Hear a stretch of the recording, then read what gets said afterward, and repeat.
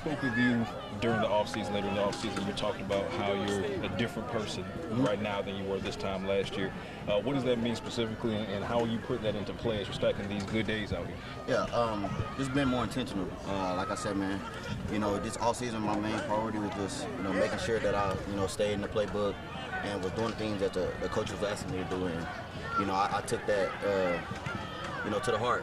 And, like as you said, I'm having a great camp so far, and, I didn't want to, come in here and start slow, like I did last year. I wanted to make sure, I came in here and started fast and proved myself. And now that you've kind of dug deeper into the playbook and kind of you're studying it more and more and more, has the game started to slow down for you in your second training camp? Yeah, absolutely, man. The game has slowed down a lot to me. It's kind of coming easy to me now.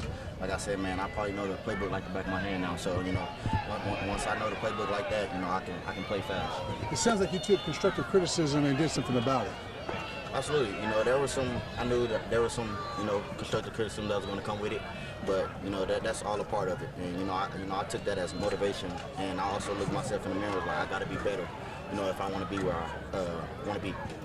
How key has Derek Foster been in your growth just, from year one to year two? Yeah, man, he's, everything for me, man. Like I said, man, we have a very good relationship. He calls me, almost every day and makes sure I'm good. And, when we're here, man, he's standing in my ear. He's teaching me the things that I need to know.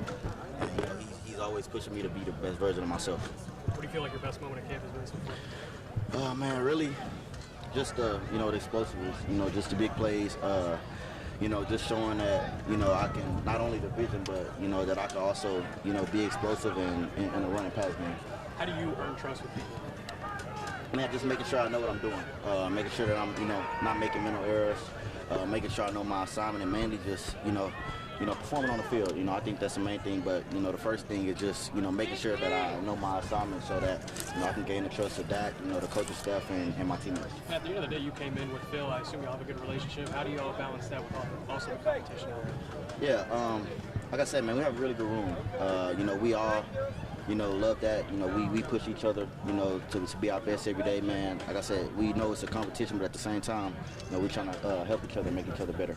Shotty's talked about the battles between Quinn and Williams and Kenny Clark in the interior that you guys have. Obviously, a really good interior as well. You have a good viewpoint of that. Yeah. What are those battles like?